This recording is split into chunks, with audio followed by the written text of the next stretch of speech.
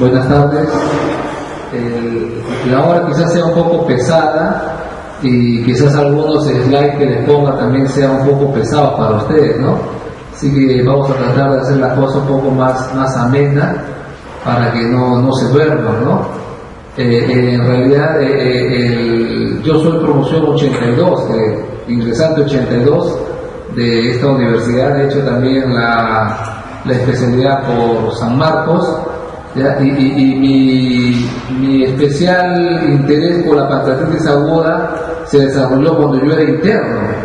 Yo recuerdo mucho, yo hice el internado en el Hospital Almenara y nadie quería tener un paciente con pancreatitis porque ya sabían que se podía complicar, ¿no? Y curiosamente a un compañero le tocó un paciente transferido de otro hospital que ya tenía una pancreatitis grave y que estaba en insuficiencia renal en el paciente, y por eso lo transfieren a la Almenara para hacerle diálisis, ¿no? Entonces, en uno de esos días el paciente le dice pues al interno que ya estaba orinando, ¿no? Entonces el paciente, para todos pues, fue una alegría pues, de que el paciente estaba recuperando ya de una de las complicaciones que puede desarrollar la pancreatitis aguda grave, ¿no? Como la falla renal, ¿no? Bien. ¿Cómo pasamos ya? Bien, esto es un poco para explicarles la fisiopatología de la pancreatitis aguda, ¿no? Ya no es tanto que dicen de que simplemente ocurría la autoactivación del tripsinógeno en tripsina dentro de la célula acinar. Eso no es tan simple, ¿no? Aquí, por ejemplo, este investigador de hace un par de años, en 2011, publicó esto. Fíjense, cualquier tipo de daño o injuria que iba a provocar sobre la célula acinar, esto iba a provocar dos fenómenos principales. La elevación sostenida del calcio, que es un mediador intracelular. Lo usual es que cuando se active el calcio intracelular suba y baja, ¿ya? Las oscilaciones del calcio, eso es lo normal con un mensajero intracelular, ¿no? En cambio, la elevación es sostenida. Esto va a provocar dos cosas. Este es el gránulo decimógeno y aquí tenemos el lisosoma. En el gránulo decimógeno vemos este rombo, que es el tripsinógeno. Y dentro del lisosoma tenemos a una enzima que es una hidrolasa del lisosoma, que es la catepsina B. Entonces, ¿qué ocurre con la elevación sostenida del calcio? Este gránulo decimógeno se va a colocalizar, o se va a juntar con el lisosoma, se va a unir en una sola vacuola condensante, y de esta forma la hidrolasa lisosomal, la catepsina B, va a catalizar el tripsinógeno para que se convierta en tripsina activa, ¿ya? Y esto va a provocar los daños precoces o primarios en la célula acinar. Pero no solamente eso ocurre también la activación de este factor nuclear, kappa beta, que este es el responsable de estimular el sistema inflamatorio, la respuesta inflamatoria sistémica en la pancreatitis aguda. Y se asume de que a mayor respuesta inflamatoria el paciente va a desarrollar una pancreatitis de mayor gravedad, ¿no? La siguiente. ¿Ya? Bien, y otro dato importante durante la evolución de una pancreatitis es que esta tiene dos fases. La primera fase, que es la fase precoz, dura 10 a 14 días, en la cual el paciente desarrolla generalmente una pancreatitis leve. Va a haber liberación de citoquinas proinflamatorias. Aquí va a actuar el síndrome de respuesta inflamatoria sistémica. Generalmente las citoquinas proinflamatorias van pasando el tiempo, 10 días, 7 días, pero se recupera espontáneamente. En cambio, cuando es una pancreatitis grave o severa, a partir de la segunda semana ya no predominan las citoquinas proinflamatorias, sino las antiinflamatorias. En la fase tardía, y ya no va a haber tanto el síndrome de respuesta inflamatoria sistémica, sino el síndrome de respuesta antiinflamatorio compensatorio, CARS, ¿ya? Y en ellos es el síndrome mixto, ¿no? Esto explica en la pancreatitis grave, a partir de la tercera o cuarta semana, las citoquinas antiinflamatorias va a provocar pues que generalmente en esta época es donde el páncreas necrosado tiene mayor tendencia a infectarse. La siguiente. Bien, y bueno, no sé muy bien en alguna parte, uno puede hacer un resumen de los fenómenos fisiopatológicos en tres grandes grupos, ¿no? Eventos intracelulares iniciales, ya hemos dicho, las normales señales del calcio intracelular, la liberación de los radicales libres del oxígeno, los eventos intracelulares secundarios, donde a la cabeza, aquí está la activación del tripsinógeno dentro de la célula cenar, ¿no? Y posteriormente respuestas celulares y orgánicas como la muerte celular, ya sea vía apoptosis o necrosis, inflamación, edema y reducción del flujo sanguíneo. Por ejemplo, ustedes saben pues la diferencia entre apoptosis y necrosis, ¿no? La apoptosis es la muerte celular programada.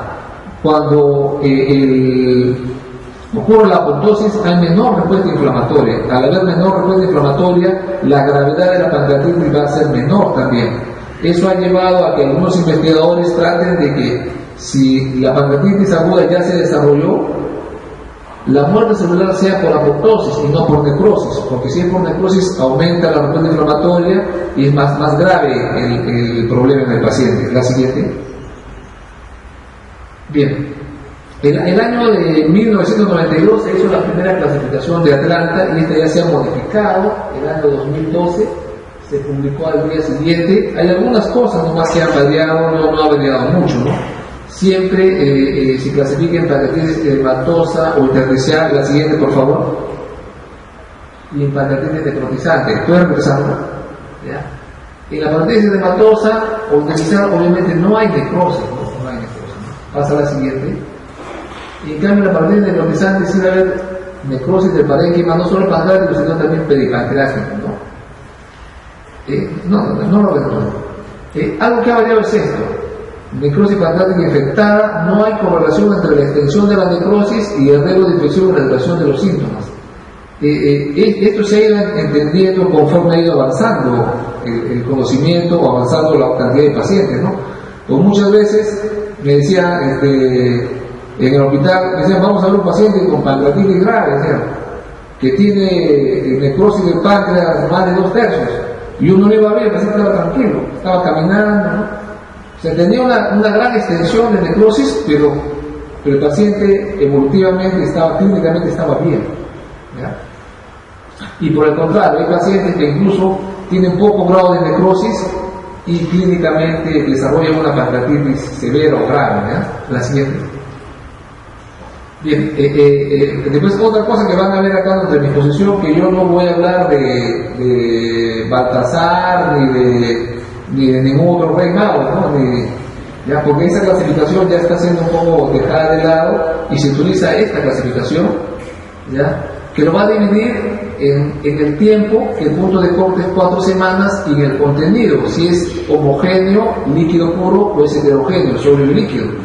Así vemos pues que una colección líquida peripancreática aguda se define como aquella que ocurre en menos de 4 semanas, no tiene pared definida, y la tomografía es líquido puro, o sea, es homogéneo.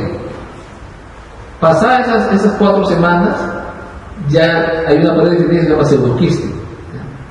Y cuando es heterogéneo, durante las primeras 4 semanas se le llama colección necrótica aguda, y pasadas estas 4 semanas, este término en inglés, algunos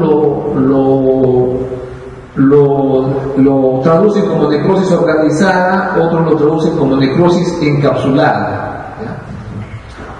La siguiente. Bueno, esto es lo mismo, la siguiente. Y aquí es para manifestarles solamente un dato, que puede infectarse cualquiera de ellos, ¿ya? Cualquiera de ellos. ¿Pueden pasar un poco? No, ¿por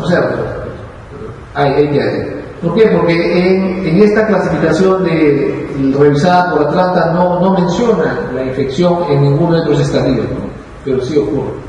Ya, avanza. Ya. Bien. El otro que ha variado en las definiciones. Por ejemplo, el diagnóstico de pancreatitis aguda requiere 2 de 3 características. O es dolor típico, o elevación de enzimas, o hallazgos en las imágenes. Por eso hay pacientes que pueden tener pancreatitis aguda y sin dolor abdominal típico. Eso vamos a ver también ahora, ¿no? Y lo otro importante es esto. ¿Cómo uno define el inicio de la pancreatitis aguda? que es el momento en que inicia el dolor abdominal, no en el momento en que llegue el paciente a la emergencia. ¿Ya? Eso es muy importante, lo vamos a ver ahora. Las 24 horas iniciales desde que empiece el dolor hasta que llegue el paciente a las manos del médico en una sala de emergencias son muy importantes. ¿Ya? Por eso ese dato debe tomarse muy bien. ¿Ya? La siguiente. Y bueno, esta también es otra clasificación, aparte de la de Atlanta, la clasificación basada en determinantes, que esto lo usan más los cirujanos o los intensivistas. Y la clasificación de Atlanta, revisada, añade la categoría de moderadamente grave. En la clasificación de Atlanta, la antigua solamente decía leve y grave. ¿Ya? La revisada de Atlanta adiciona un componente que es la moderadamente grave, donde hay fallas de órganos transitorias o complicaciones locales o sistémicas. Y la clasificación basada en determinantes, la grave la divide en crítica o muy grave, que estos pacientes vienen a ser los que generalmente fallecen en una unidad de cuidados intensivos, ¿no? Son pacientes con necrosis pancreático permanente con fallas de órganos persistente y que está pues infectada, ¿no? La siguiente. Bien, la clasificación primera, la de Atlanta del 92, decía de que podía haber fallas de órganos, de diferentes órganos, incluso hablaban de fallas digestivas y que había sangrado de más o menos medio litro, y también hablaban de un problema, que podía haber falla o un problema en la coagulación, o porque el paciente desarrollaba plaquetopenia. Eso prácticamente se ha quitado y solamente se tiene en cuenta los tres principales órganos, ¿no? La falla respiratoria, la falla renal y la falla cardiovascular, ¿no? Y le da un puntaje.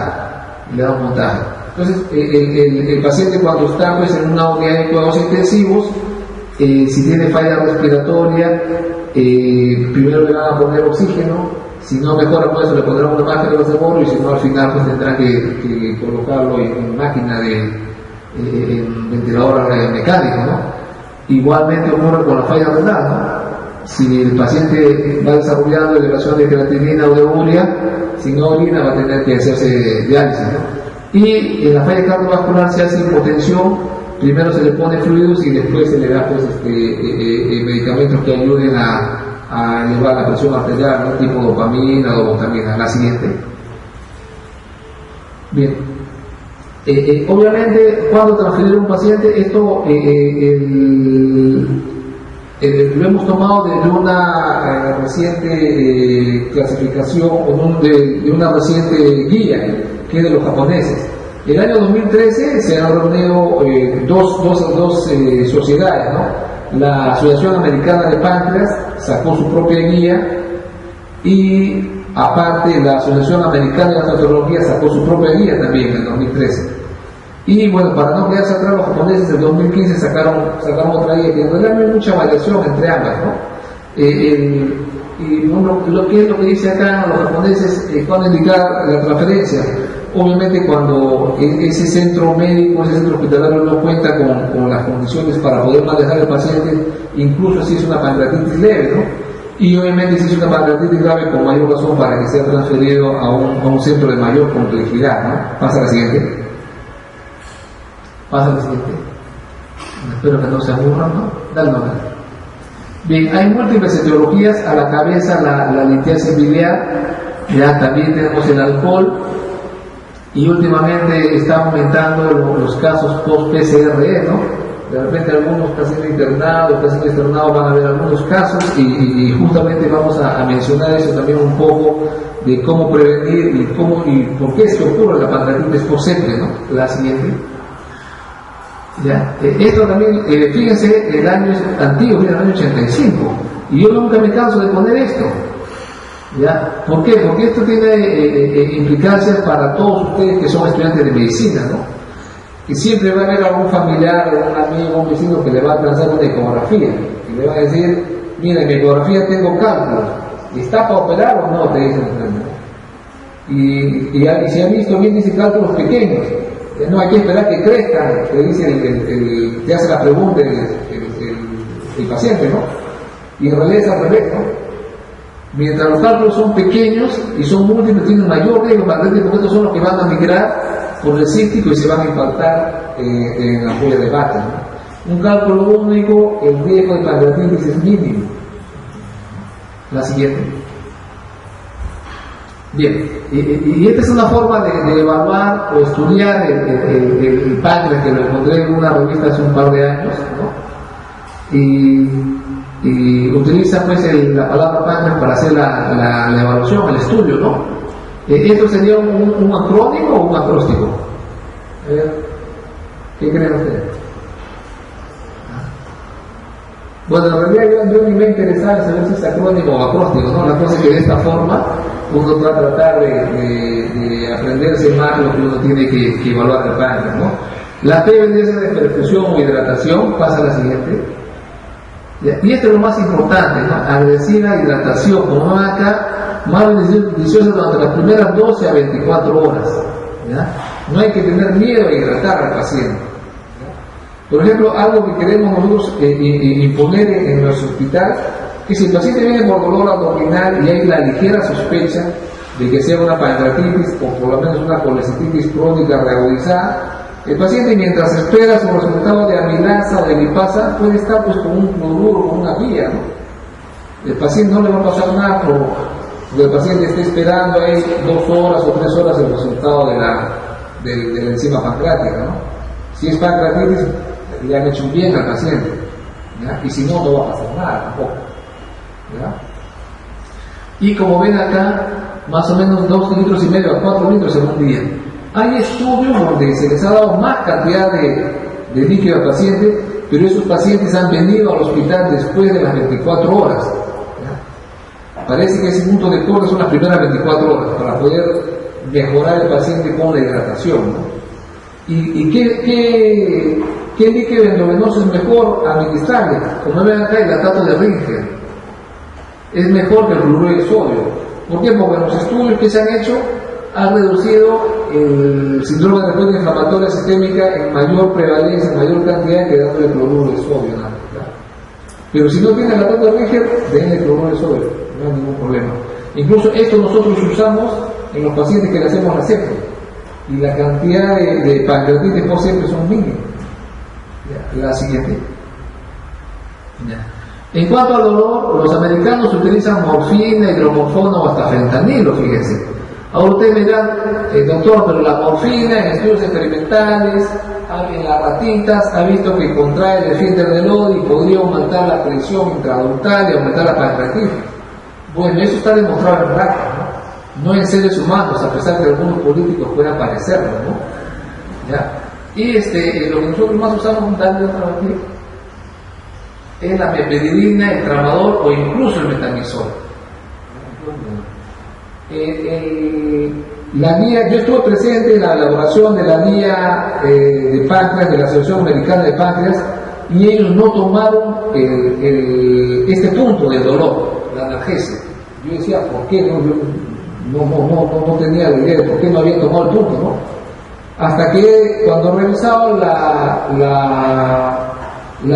guía de los japoneses, ellos sí lo toman, pero dicen de que no hay consenso, ¿ya? O sea, cada quien usa el medicamento para el dolor que cree que le va mejor al paciente. O sea, no hay ningún consenso. Otros utilizan AINES incluso, ¿ya? O sea, no hay consenso de cuál es el mejor analgésico que puedan utilizar, ¿ya? Eso sí, los americanos tienen mucho miedo a utilizar meperidina, ¿ya? Nosotros no tenemos ese problema. ¿Qué ocurre si uno da meperidina a altas dosis? Puede tener calambres, tremores musculares, contracciones involuntarias, ¿ya? Y eso les da temor a los americanos de no usar meperidina, ¿ya? Nosotros sí lo usamos y no hay problema. ¿Por qué? Porque quizás no le damos tanta dosis como para que el paciente esté todo el tiempo sin dolor, ¿no? La siguiente, por favor. Bien, en cuanto a la nutrición, bueno, de aquí aprovecharé un dato. Cuando yo era alumno decían pancreatitis aguda es sinónimo o es igual a ponerle una sonda nasogástrica para descomprimir el abdomen, ¿no? Eso se ha visto de que no es así, no es cierto. No es necesario ponerle una sonda. No hay mejoría poniendo o no poniendo sonda, ¿ya? La nutrición en el paciente con pancreatitis leve, uno espera más o menos 2 o 3 días que estén en el PO. Eso es lo que dice lo que está más normado. Pero recién hay estudios donde al día siguiente le pueden dar dieta líquida e incluso ellos dicen que pueden darle dieta blanda al paciente, siempre y cuando estén seguros que es una pancreatitis leve, ¿ya? Si está hospitalizado el paciente, cuando ustedes van a darle la alimentación por vía oral, sin que tengan temor de que haya dolor o haya reducción de la pancreatitis, tienen que tomar 3 conceptos. 1, que reaparezcan los virus hidroaéreos. 2, que al examen del abdomen ya no tenga dolor, ¿no? Y 3, pues que el paciente ya tenga ganas de comer, ¿no? En cambio, la pancreatitis grave hay que nutrirlo lo antes posible, ya sea con una sonda nasoyeyunal o con una sonda nasogástrica. Para el siguiente. La alimentación enteral, como ven acá, tiene varias utilidades, ¿no? Evita la infección de un catéter central, mantiene la integridad de la barrera del tubo digestivo. Al mantener esta integridad va a evitar el fenómeno de translocación bacteriana. En el fenómeno de translocación bacteriana, los gérmenes normales que están en el tubo digestivo van a pasar a través de los linfáticos y van a ir a las zonas más inflamadas. ¿Qué zona está más inflamada? El páncreas de este paciente, ¿no? Y va a darnos más problemas, ¿no? ¿Ya? Se puede ubicar en la cama del paciente por vía radiológica o por endoscopía, idealmente dentro de las 48 horas, ¿no? Este es un reciente estudio del año 2014 donde se ha visto que tanto sonda nasogástrica como sonda nasoyunal es la misma efectividad, ¿no? Pero si uno usa sonda nasogástrica debe utilizar fórmulas poliméricas o elementales. ¿Qué ocurre? A veces en los hospitales pobres le dan al paciente dieta licuada. Obviamente dieta licuada si no se le podría dar por una sonda nasogástrica, ¿ya? Aunque hay estudios donde, escúcheme lo que le voy a decir, por la sonda nasogástrica o si el paciente ya está comiendo por vía oral, uno le puede dar suplementos de enzimas pancreáticas, ¿ya? O usted me dirá, doctor, pero si la amilasa, la lipasa está aumentada en sangre, ¿cómo le voy a dar suplementos de enzimas pancreáticas? No hay ningún problema. ¿Por qué? Porque la pancreatitis ocurre porque la amilasa o la lipasa o las enzimas pancreáticas están en la sangre, ¿ya? Donde no deben estar en la sangre. El lugar de las enzimas pancreáticas es el tubo digestivo, ¿ya? Y ahí no hacen ningún daño, ¿ya? ¿Qué pasa el siguiente? Bien, en cuanto a la clínica, en sus libros han visto o han leído, van a ver que hay diferentes scores pronósticos, ¿no? Score de Ransom, de Glasgow, el Apache 2, ¿ya? Ahora recientemente se ha validado los scores, se llama el score de PISA, que lo vamos a ver ahora, ¿no? Pero los scores nos ayudan a nosotros a ver si es un paciente que va a ser una pancreatitis grave. Pero no solamente eso, uno puede evaluar varios datos, ¿no? Por ejemplo, la edad, si es gordito, si tiene enfermedades comórbidas, si tiene elevación del nitrógeno ureico o de la creatinina, y si radiológicamente hay algunas pruebas, ¿no? Si el paciente tiene todo esto, lo más probable es que va a ser una pancreatitis grave y hay que asustarse, ¿no? O hay que ponerse las pilas, ¿no? ¿Ya? Si el paciente no tiene nada de eso, lo más probable es que tenga una pancreatitis leve, e incluso como van a ver ahora, algunos se pueden ir a su casa, ¿ya? Pasa el siguiente. ¿Ya? Hay pacientes con pancreatitis diagnosticados como muerte, sí. Fíjense, si no hay dolor abdominal. Hay un pequeño porcentaje, más o menos el 5% de las pancreatitis que vienen a la emergencia, no tienen dolor abdominal, pueden fallecer por eso, porque uno no se da cuenta. A veces vienen con distrés respiratorio y piensan que es una neumonía, ¿no? ¿Ya? O de repente es un paciente que ya saben que es diabético, viene hipotenso, creen que es un coma diabético, ¿ya? O porque se dejan llevar por estudio de sangre o de imagen falso negativo, ¿no? Pasa el siguiente. ¿Ya? Y uno puede usar amilasa o lipasa, ¿ya? Como ven, la lipasa se eleva durante mayor tiempo y es más específica. La amilasa se eleva por más cosas. Es por eso que los japoneses sí ellos preconizan que debería de usarse lipasa, ¿ya? Eso también estamos diciendo en el hospital, ¿no? Si la lipasa, usar lipasa es mejor que amilasa, ¿por qué se sigue usando amilasa y no lipasa? Ahora dicen por problemas técnicos, por problemas de costo, ¿no? Si no se puede usar lipasa, bueno, que sea amilasa, ¿ya? La siguiente. Y bueno, este es el famoso score Apache 2, que no se desarrolló para pancreatitis, sino se desarrolló para pacientes que están hospitalizados en una unidad de cuidados intensivos, ¿ya? Lo bueno del Apache es que permite clasificar la severidad todos los días, ¿no? Todos los días. Algunos dicen que al Apache se le puede agregar al Apache O, que es de la obesidad, porque va a empeorar el pronóstico. Y como hemos visto, pasa otra. Fíjense, la obesidad es un factor de riesgo. Un factor de riesgo, ¿no? ¿Ya? Adelante otra vez. Ya, ahí, ¿no? Y como ven acá, la obesidad también puede ser factor de riesgo para la pobre moto, ¿no? Ya, pasa a la siguiente. Bien, este es el famoso score de Visa, ¿ya? El score de Visa evalúa 5 parámetros: el nitrógeno ureico, la encefalopatía, el síndrome de respuesta inflamatoria sistémica, la edad mayor de 60 años y es que hay derrame pleural, ¿no? ¿Ya? Como ven acá, según el puntaje, a mayor puntaje aumenta la mortalidad. Esto es muy similar a lo que ocurre si uno hace todo el score del Apache 2, que es un poco más engorroso. Pasa a la siguiente. ¿Ya? Y este es para que vean la conversión de nitrógeno ureico a urea. ¿Ya? Pasa a la siguiente. Bien, este es un score que evalúa todo lo contrario. Todos los scores evalúan el paciente grave, el paciente severo, el paciente crítico. Este score evalúa lo contrario. Yo como sé, como estoy seguro que es una pancreatitis leve. ¿Ya? Utiliza 3 parámetros, dale un clic. Uno, que al examen del abdomen no haya rebote, el hematocrito sea normal y la creatinina normal. Dale otro clic. Este score identificó completamente un curso no grave, no severo, con 98%. En esta, de 204%. ¿Ya? Dale otro clic. ¿Ya? No severo. Entonces, ¿qué dice este autor? De que teóricamente, si uno está seguro de que es una pancreatitis leve, el paciente podría irse a su casa. ¿Ya? Y eso nosotros a veces lo comprobamos en el hospital, ¿no? Viene una señora, madre de 4 o 5 hijos con pancreatitis biliar, se le hace la evaluación y es leve, y dice: doctor, no me puedo quedar porque quién va a ver a mis hijos. Bueno, decimos: te vas a tu casa y ella toma bastante líquido. ¿Qué es lo que hacemos, no? Viene a los 5 o 7 días, está normal. Puede ocurrir eso, pero uno tiene que estar seguro que es una pancreatitis leve. Y de esto debería haber más estudios, ¿no? ¿Por qué? Porque probablemente si esto en realidad se confirma, no habría tanta necesidad de utilizar tantos pacientes con pancreatitis leve, podría haber más camas libres para otras patologías, ¿no? Y probablemente los de la seguridad social estarían felices, ¿no? Porque tendrían algún motivo para decirle al paciente que no hay cama para que no se hospitalicen, ¿no? ¿Ya?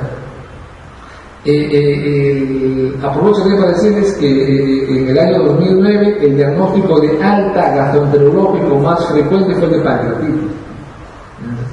Pasa a la siguiente. Ya. Entonces, ¿cómo uno va a evaluar al paciente con severidad? Ver los factores de riesgo, la edad, las comorbilidades, si es obeso y diseminación cerebral, evaluar los scores, el score, el SIRS, el VISA, el HAPS que hemos visto, el Apache 2, y monitorearlo a partir de la función renal, como ven acá, ¿no? El nitrógeno ureico, la creatinina, o evaluar el síndrome de respuesta inflamatoria sistémica, ¿no? Pasa a la siguiente. Bien, la R de radiología hay que pedir una ecografía. Aquí aprovecho para decirles, los japoneses dicen hay que evaluar la etiología lo antes posible, sobre todo descartar si es biliar. ¿Por qué? Porque si es biliar uno puede dar un tratamiento en casos graves, que es la CR, que lo vamos a ver ahora, ¿no? En cambio, para los otros casos, como hipertrigliceridemia, alcohol, es cuestión de darle manejo médico nada más. Pero ellos dicen, sí, hay que hacer ecografía a todos los pacientes. ¿Qué es lo que queremos que nos diga el ecografista? El ecografista no nos va a ver el páncreas como está acá, no nos va a ver porque el paciente generalmente viene con distensión abdominal, viene con mirio, y como saben ustedes, el aire es un mal conductor de los ecos. ¿Qué es lo que le pedimos al amigo ecografista? Que vea la vesícula, y si tiene piedras, y si son chiquitas, mejor que las vea, ¿no? Entonces, para nosotros poder inferir que una piedra pequeñita pasó y le provocó la pancreatitis al paciente. Eso es lo mínimo que le pedimos, ¿no? Se puede hacer una radiografía de doble simple de piel, que cada vez se hace menos, ¿Por qué? Porque hacen ecografía y de frente quieren hacer una tomografía, ¿no? Se puede hacer una radiografía de abdomen simple de tórax y pulmones, se ve el derrame pleural, quizás no tan extenso como ven acá, o se ve el pulmón blanco, que es el síndrome de distrés respiratorio del adulto, ¿no? Pasa a la siguiente. Y bueno, la E viene de la IRCP, ¿no?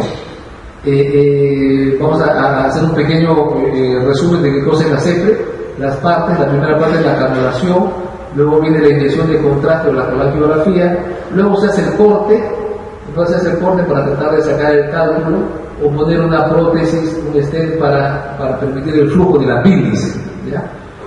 Pasa a la siguiente. Bien. Las indicaciones, coleocolitiasis, si el paciente está empeorando porque tiene colangitis. ¿Cómo nos vamos a dar cuenta que hace colangitis? Aumenta la ictericia, aumenta fiebre y está haciendo sepsis, ¿no?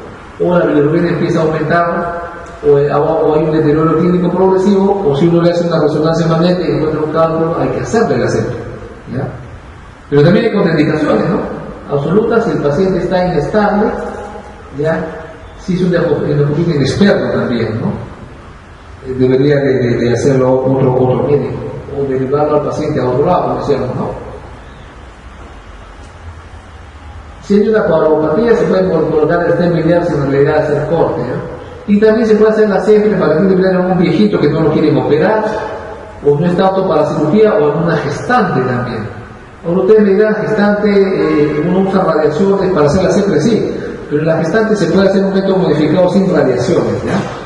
La siguiente. Y este es lo mismo más o menos que dicen los amigos japoneses, que dicen sobre todo que hay que hacer la prostatectomía lo antes posible. La siguiente. Esto es lo mismo, uno diagnostica por la biliar, se hace con la colangitis aguda o obstrucción biliar, siempre de emergencia, y luego viene el tratamiento básico de colangitis aguda y la colecistectomía si es necesaria, ¿no? Si no está en colangitis aguda, si no está ictérica, tratamiento de pancreatitis, se hace una CEPRE electiva y luego la colecistectomía si es necesaria, ¿no? Lo ideal es que todo esto se haga en hospitalización. Teóricamente una CEPRE electiva puede hacerse al tercer, cuarto, quinto día. Y luego de la CEPRE, el mismo día se puede hacer la colecistectomía incluso, o al día siguiente. De tal forma que a los 7 días de que tuvo el paciente la pancreatitis leve podría irse a su casa ya sin vesícula y con su CEPRE respectiva, ¿no? La siguiente. Bien. ¿Cómo se clasifica la pancreatitis post-CEPRE? En leve, cuando el paciente solamente requiere 2 o 3 días de hospitalización, moderada se requiere 4 o 10 días, y severa si el paciente va a la UCI, pues, ¿no? La siguiente. Bien, estas son las causas o los mecanismos por los cuales ocurre la pancreatitis post-CEPRE: obstrucción mecánica al flujo, injuria térmica por el cauterio, aumento de la presión hidrostática, trauma en el conducto, infección del conducto por el pasar el contraste o injuria química por el contraste. Pero todo esto, fíjense bien, tiene que ver porque cuando uno hace la CEPRE involucra el canal común y o inadvertidamente me voy a meter al pancreático, ¿ya? Si yo hiciera una CEPRE que no involucra el canal común y entre directamente al colédoco, esto se evitaría, ¿ya? Y sí hay forma de hacer eso, ¿ya? Pasa a la siguiente. ¿Ya? Factores de riesgo: mujer joven con bilirrubina normal que haya hecho pancreatitis post-CEPRE previa, sospecha de difusión de Fister Odoni, historia de pancreatitis aguda y absencia de pancreatitis crónica. Fíjense acá, mujer joven con bilirrubina normal, esta paciente lo más probable es que no tenga una obstrucción de la vía biliar, que no tenga cálculos. O sea, no es necesario hacer una CEPRE. ¿Ya? Y si no es necesario hacer una CEPRE a esta paciente, lo más probable es que se complique. ¿Ya? Si viene una paciente con otras características, hay que hacerle primero una resonancia magnética de las vías biliares. Si la resonancia magnética de la vía biliar dice que hay una piedra, bueno, recién se le hace la CEPRE, ¿no? Y los factores relacionados al procedimiento, lo que les decía, ¿no? La calculación difícil, si uno tiene difícil entra a la vía biliar. Algunos dicen el precorte, pero ahora van a ver que eso no es tan cierto. Si se hace una esfingectomía de pancreas, bien, involucra el páncreas, fíjense, ¿ven? ¿Por qué? Porque para que uno se mete al páncreas, porque uno no debería meterse al páncreas, ¿no? Si se hace una dilatación con balón, con fibrilar y tanto, también aquí estamos involucrando el canal común, ¿no? Y cuando uno hace este procedimiento, ampulotomía o papilotomía, también estamos involucrando el canal común. Todo esto involucra el canal común o el conducto pancreático, ¿no? ¿Qué cosa significa precorte? Significa corte previo a la canulación biliar. Dale. Miren, esto apareció en el año 2013 en una editorial de la Sociedad Americana de Endoscopía Gastrointestinal. ¿Qué es lo que dice acá? La ocurrencia de la pancreatitis post-sepre es inevitable, dice, aún en las manos más experimentadas. Pero esta realidad no debería ser así, ¿no? Como si yo le digo a un paciente, te voy a hacer un procedimiento y de repente te hago una pancreatitis, pues no lo va a hacer, ¿no? ¿Ya? O va a tener la renuencia de hacerlo, ¿ya? Pero esto yo creo que va a cambiar, va a cambiar, ¿no? Dale otro clic. Esto es lo que yo decía, el precorte, ¿qué cosa significa? Hacer como un túnel y directamente uno va a entrar a la vía biliar, directamente dentro de la vía biliar. ¿Qué es lo que está acá? Esta es la ampolla de váter, acá está el poro, yo no me estoy metiendo por acá, estoy haciendo un corte en la ampolla de váter, me estoy metiendo directamente al conducto colédoco. Obviamente no involucro el conducto, el canal común, no involucro el pancreático, no tiene por qué haber pancreatitis. Lo que pasa es que hay un tipo de precorte que más bien el endoscopista empieza por acá y hace el corte hacia arriba. Al hacer eso, obviamente está involucrando el canal común y lo más probable es que sí puede haber pancreatitis en estos casos, ¿no? Por eso el precorte tipo fistulotomía que hacemos nosotros es el que debería hacerse al final para evitar la pancreatitis, ¿no? Pasa la siguiente. ¿Cómo podemos disminuir el riesgo de la pancreatitis? Post-sepre, evitar siempre si necesario lo que decíamos. Hay una técnica de hidratación agresiva, lo que decíamos con la tapa de Riger, hacer precorte precoz. Hay estudios en otros países colocando indometacina rectal en supositorios. Acá en el país ningún laboratorio importa algún AINE supositorio, ¿no? Y se puede poner una prótesis plástica en el pancreático, sí, como ven acá. Pero la prótesis plástica metida en el pancreático también está involucrando el conducto pancreático. Y también ha habido casos de pancreatitis cuando se pone la prótesis en el pancreático. ¿Ya? Dale otro clic. Obviamente lo ideal es que lo haga un operador experto. ¿Ya? Yo no dejaría pues que un residente o un médico que tiene 4 o 5 años de experiencia haga la sepre, ¿no? Y dale otro clic. Y por ejemplo, este es un estudio del año 2014 donde han visto que debería hacerse precozmente este precorte de la fistulotomía. ¿Para qué? Para evitar la pancreatitis, ¿no? Dale. Bien, los antibióticos se pueden administrar cuando hay una infección extrapancreática, pero no se recomienda antibiótico profilaxis de rutina, no se recomienda, ¿verdad? Cuando hay necrosis infectada, sí, ¿ya? Lo ideal es confirmar esa necrosis infectada mediante una biopsia aspiración con hoja fina guiada por TAC o guiada por ecografía. Eso se puede hacer una tinción de gramo cultivo. ¿Qué antibióticos se deben usar? Idealmente los carbapenem, como el imipenem o el meropenem. ¿Por qué? Porque eso tiene mayor penetración al páncreas, difunde más fácilmente al páncreas. Por el costo a veces no se usa eso. ¿Qué se puede usar? Una combinación de una quinolona con metronidazol. Dale otro clic. Cirugía, ya hemos mencionado algo, en la pancreatitis leve debería hacerse antes del alta, en la pancreatitis necrotizante debería diferirse por lo menos 4 semanas, hasta que esa necrosis se encapsule bien o se organice bien, ¿no? Para que el cirujano pueda operarlo bien. Hay un viejo adagio que si a alguno de ustedes les gusta leer historia de la medicina, que decía, ¿no? Cirujano, el páncreas no es tu amigo. Eso decía un viejo cirujano. ¿Por qué? Porque cuando operaban el páncreas muchas veces se fistulizaba y eso le daba problemas al paciente y también le daba dolores de cabeza al cirujano, ¿no? Porque ese paciente lo seguía, diciéndole que lo había operado mal, ¿no? Pero bueno, con las técnicas actuales eso casi no ocurre, ¿no? Dale otro clic. Bueno, siempre hay que tener un cirujano de la reserva, como ven acá. Los pseudoquistes se tratan de dos formas, ¿no? Si es de menos de 5 centímetros y no tiene síntomas el paciente, se puede dejar de que solo se reabsorba. Si tiene más de 5 centímetros, o si ya tiene síntomas, como por ejemplo obstrucción en la salida del vaciamiento gástrico, o es muy grande y el paciente le duele, ese sí se puede operar. Es una cirugía más simple de pseudoquista, ¿no? Dale otro tipo. Bien. Algunos pacientes con pancreatitis grave desarrollan el síndrome compartimental. Miren, esta es una zona muy atención, ¿ya? Se asocia a fallo sistémico, infección permanente y a muerte, ¿no? Entonces, en la cirugía basta con liberar la presión intraabdominal para que mejore la función renal, cardíaca y pulmonar, ¿no? La siguiente.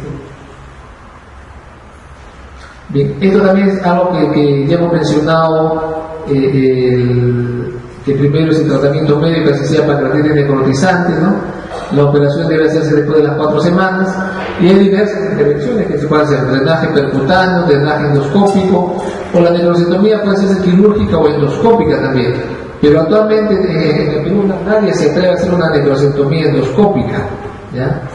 ¿Por qué? Porque si sale mal, el cirujano va a decir por qué el gastroenterólogo se mete a hacer cosas del cirujano. En otros países sí hacen necrocectomía endoscópica. ¿Por qué? Porque en otros países el cirujano hace CEPRE. Entonces el cirujano al hacer CEPRE y ve que su procedimiento sale mal o se complica la CEPRE con una perforación, por ejemplo, el mismo cirujano lo opera, ¿ya? Y no pasa absolutamente nada. Pasa nada completo. Bien, esto es lo que decía, las primeras 24 horas son cruciales, por eso este autor le llama las horas doradas, ¿no?, de la pancreatitis. Hacer el pronóstico de la gravedad, ¿ya? Resucitación agresiva de fluidos, como hemos dicho, monitoreando el débito urinario, monitoreando el hematocrito o la función renal. Profilaxis antibiótica no está indicada, y la siempre precoz solo en colangitis o cuando el paciente está empeorando. Dale otro clic. Bien, bueno, aquí no se ve muy bien, este también es de la guía japonesa última, que es básicamente lo que hemos dicho, ¿no? Paciente se diagnostica la pancreatitis, hay que evaluar la etiología lo antes posible, sobre todo si es biliar. Es básicamente una ecografía. Tratamiento usual, se evalúa la seguridad si es leve o es grave. Si es leve, se continúa el tratamiento básico. Si es grave, debe transferirse a una unidad de cuidados intensivos, o hay centros, hay hospitales con centros especializados de páncreas, ¿no? Por ejemplo, el Hospital de Barriate tiene su unidad de pancreatitis aguda grave, que es lo ideal, ¿no?, para el mejor manejo de estos pacientes con pancreatitis grave. Si necesita cuidados intensivos, el manejo de fallas de órganos, hemos dicho, puede necesitar diálisis, puede necesitar ventilación mecánica, puede necesitar soporte hidrotrópico con dopamina, dobutamina o con noradrenalina. Manejo de fluidos, como ya hemos mencionado, soporte nutricional lo más precozmente posible antes de las 48 horas, ¿no? Control de la infección y manejo del síndrome compartimental abdominal si lo hubiera, ¿no? Si que hay alguna complicación local, hemos visto primero el tratamiento conservador, luego el tratamiento quirúrgico si fuera necesario, ¿no? Creo que ahí terminamos.